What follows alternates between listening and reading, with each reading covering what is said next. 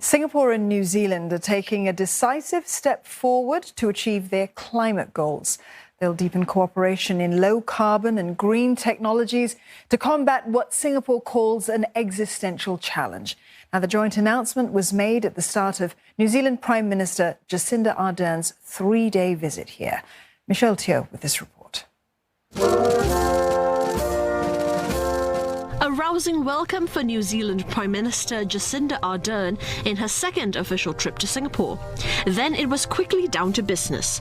Top of the agenda was charting a post-pandemic economic recovery, and going green was a strong feature. Specific initiatives would include knowledge-sharing dialogues on waste management and technology, jointly organized capacity-building workshops for ASEAN member states to strengthen the region's capabilities in carbon pricing and carbon markets.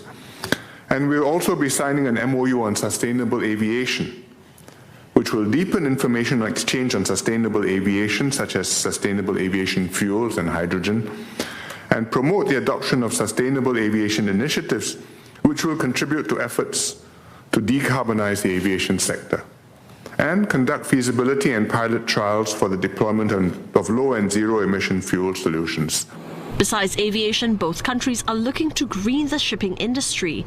Such a move could make significant contributions because some 45% of New Zealand's trade travels through Singapore. The Lion City is also its fifth biggest trading partner, recording more than 6 billion Singapore dollars in total trade last year. We both remain committed to free and open rules-based trade and investment. Today we discussed our shared determination to strengthen some of the trading architecture. We also discussed opportunities for our countries to work together. We experienced the impacts of supply chain issues across COVID-19, but there are also opportunities for our businesses to partner in delivering exports and services into South and Southeast Asia in coming decades. I'm pleased that today our officials will officially begin work on supply chain dialogue to support increased supply chain cooperation.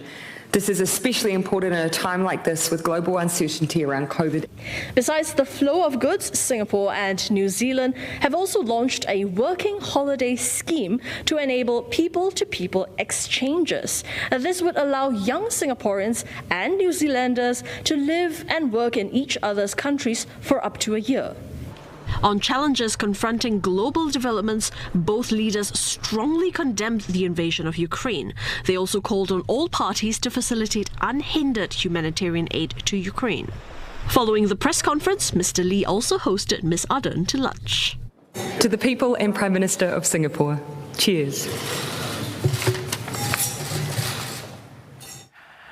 Earlier today, Ms. Ardern met Singapore President Halimah Yacob. The Foreign Affairs Ministry said that they spoke about contributions and progress of women in both countries. They also discussed the importance of maintaining social cohesion in diverse, multicultural societies. Ms. Ardern also spoke with Mr. Lee. Both Prime Ministers reaffirmed ties and welcomed the close cooperation during the COVID-19 pandemic. They welcomed the restoration of travel for New Zealand from May. Ms. Ardern also had a new orchid hybrid named after her.